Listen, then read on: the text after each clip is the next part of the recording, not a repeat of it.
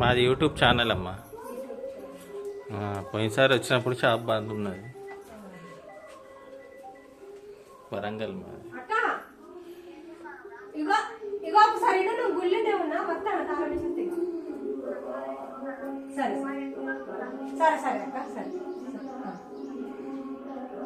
మీరే చూసుకుంటారా అమ్మ గుడి? ఎన్ని సంవత్సరాలు అయింది గుడి బట్టి?